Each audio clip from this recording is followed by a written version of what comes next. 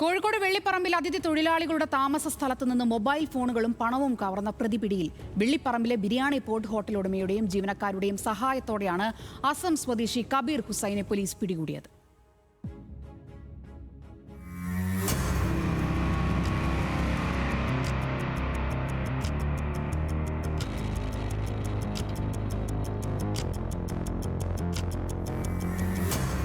കോഴിക്കോട് വെള്ളിപ്പറമ്പിൽ പ്രവർത്തിക്കുന്ന ബിരിയാണി പോർട്ട് എന്ന ഹോട്ടലിലെ തൊഴിലാളികൾ താമസിക്കുന്ന സ്ഥലത്ത് ബുധനാഴ്ച പുലർച്ചെ 4 മണിയോടെയാണ് മോഷണം നടന്നത്.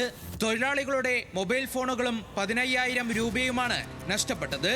ചൊവ്വാഴ്ച ഹോട്ടലിൽ ജോലിക്ക് പ്രവേശിച്ച അസം സ്വദേശി കബീർ ഹുസൈനാണ് കവർച്ച നടത്തി കടന്നുകളഞ്ഞതെന്ന് മനസ്സിലാക്കിയ സ്ഥാപനോടമ ഷബീർ ഉടൻ പോലീസിനെ വിവരമറിയിച്ചു.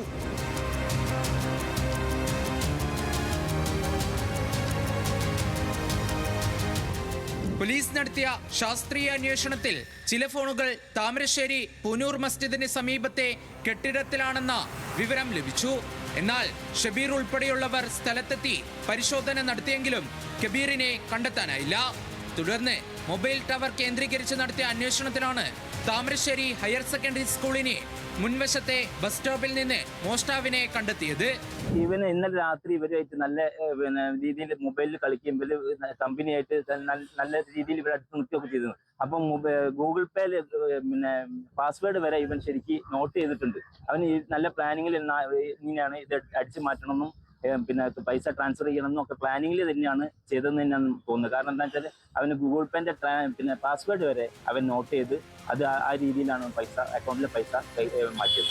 ഷബീറും തൊഴിലാളികളും ചേർന്ന് കള്ളനെ കണ്ടെത്തുമ്പോൾ 10,000 രൂപ വീതം നൽകിയാൽ ഓരോരുത്തരുടെയും ഫോൺ തിരികെ എത്തിക്കാമെന്നായിരുന്നു അസം സ്വദേശിയുടെ മറുപടി. മോഷ്ടിച്ച ഒരു ഫോണിലെ ഗൂഗിൾ പേയിൽ ഉണ്ടായിരുന്ന തുക പൂർണ്ണമായും മറ്റൊരു നമ്പറിലേക്ക് അയച്ച് ഹിസ്റ്ററി ക്ലിയർ ചെയ്തിരുന്നു. നാട്ടുകാരും ഹോട്ടൽ ഉടമയും ചേർന്ന് തടഞ്ഞുവെച്ച കള്ളനെ താമരശ്ശേരി പോലീസ് അറസ്റ്റ് ചെയ്ത് കോടതിയിൽ ഹാജരാക്കി റിമാൻഡ് ചെയ്തു.